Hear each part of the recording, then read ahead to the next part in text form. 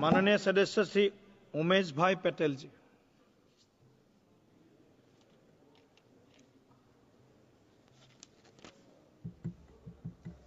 Sir भाई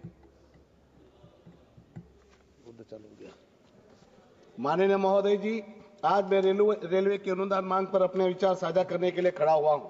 महोदय जी, मेरे संसदीय क्षेत्र दमन के सबसे नजदीक वापी गुजरात का रेलवे स्टेशन आया हुआ है, जो दक्षिण गुजरात में सूरत के बाद सबसे ज्यादा कमाई करने वाला स्टेशन है। किंतु हमारे इस वापी रेलवे स्टेशन का जितना विकास होना चाहिए था, इतना विकास नहीं हो पाया है, नहीं इंफ्रास्ट्रक्चर के दृष्टि से, नहीं ट्रेनों की सुविधा के उद्देश्य से।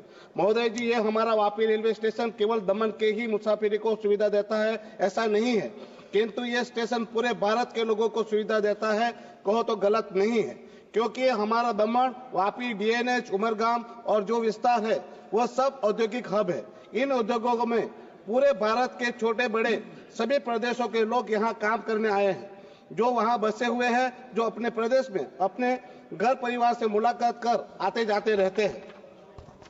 मैं मांग करता हूं कि जो भी ट्रेन सूरत मुंबई की ओर चलती है और सूरत रुकती है और वापी नहीं रुकती है, वो सूरत रुकने वाली सभी ट्रेनों का स्टॉप वापी भी रखा जाए। साथ ही उत्तर भारत, यूपी, बिहार की ओर चलती ट्रेनों का स्टॉप वापी है, जिनका स्टॉप टाइम बहुत कम है, उसे बढ़ाकर 5 मिनट किया जाए, क्योंकि वह ट्रेनें ऐसी भी सप्ताह में 1 या 2 बार ही वापी रुकती है, जिसके चलते काफी भीड़ रहती है, जिसमें महिलाएं, बच्चे, बूढ़े, दिव्यांग लोग भी होते हैं। घर जाते वक्त उनका सामान भी ज्यादा होता है, तो इन लोगों को बहुत परेशानी होती है। कभी कभी तो ट्रेन स्टॉप के कम समय के कारण मुसाफिरों की ट्रेन छूट जाती है और धक्का मुक्की होने पर कई बार बड़े बड़े हादसे होते हैं।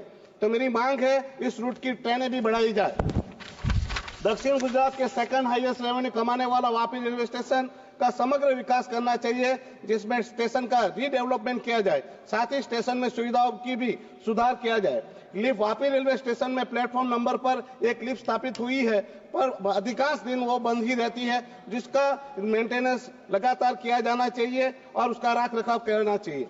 मैं रेलवे मंत्रालय से आग्रह करूंगा कि वापी रेलवे स्टेशन के प्रत्येक प्लेटफॉर्म पर एस्केलेटर दोनों प्रकार, यानी कि यात्रियों को ऊपर और नीचे ले जाने के लिए सुनिश्चित किया जाए। वापी में रेलवे स्टेशन पर कुछ प्लेटफॉर्म पर नीचे जाने वाले एस्केलेटर की सुविधा नहीं है। वर्तमान में वापी रेलवे स्टेशन के प्लेटफॉर्म नंबर 3 पर पूरे हिस्से में इलेक्ट्रॉनिक कोच डिस्प्ले उपलब्ध नहीं है। प्लेटफॉर्म नंबर 3 से निकलने वाली ट्रेनों के लिए कोच सूची भी इस प्लेटफॉर्म पर बोर्ड पर चिपकाई नहीं जाती है। इससे यात्रियों को असुविधा होती है, इसलिए वापी रेलवे स्टेशन के प्लेटफॉर्म नंबर 3 पर इलेक्ट्रॉनिक कोच डिस्प्ले और कोच सूची की उपलब्धता सुनिश्चित की जानी चाहिए। मैं सरकार का ध्यान दीव में रेल कनेक्टिविटी की ओर आकर्षित करना चाहता हूं। वर्तमान में गुजरात के दिलवाड़ा दीव का सबसे निकट स्थिति रेलवे स्टेशन है। आप में से कई लोग शायद ये बात जानते ही होंगे कि दीव एक बहुत प्रसिद्ध पर्यटन स्थल है। हर साल देश विदेश के लाखों पर्यटक दीव की प्राकृतिक सौंदर्य का आनंद उठाने यहाँ आते हैं। गोगला बीच, जिसे इंटरनेशनल ब्लू फ्लैग सर्टिफिकेशन प्राप्त है, वो भी दीव में ही स्थित है। पर्यटकों में दीव के लिए काफी रुचि है, किंतु कनेक्टिविटी का अभाव के चलते पर्यटक प्रभावित हो रहे हैं। ऐसे भी एयर कनेक्टिविटी का भी बड़ा अभाव है। उसके मद्देनजर दीव को रेल कनेक्टिविटी से जोड़ना बेहद आवश्यक है। मैं सरकार से दीव के नजदीक रेलवे स्टेशन को विकसित करने की मांग करता हूं। गुजरात स्थित दिलवाड़ा रेलवे स्टेशन को विकसित किया जाए। इस कदम से न सिर्फ टूरिज्म में बढ़ोतरी होगी, स्थानीय अर्थव्यवस्था को भी विकास के लिए नई ऊर्जा मिलेगी। सर, मैं दमन दीव का एकमात्र सांसद हूं, मेरे क्षेत्र का कोई बोलने वाला नहीं। सर, अभी तो मैंने शुरू करता हूं, आप खत्म कर देते सर। हर बार मौका दीजिए, 2-3 मिनट तो दीजिए कि मैं पूरी बात कर दूं। सर, हर बार मेरे साथ ऐसे ही होता है, लोग 10-10 मिनट बोल के गए। सर बोलिए, आप बोलिए, समय को मत। साथ ही दमन के उदवाड़ा रेलवे स्टेशन के कोल्लक से कड़िया, कड़िया से मोटी दामन से जमपुर से वापी रेलवे स्टेशन को जोड़ा जाए।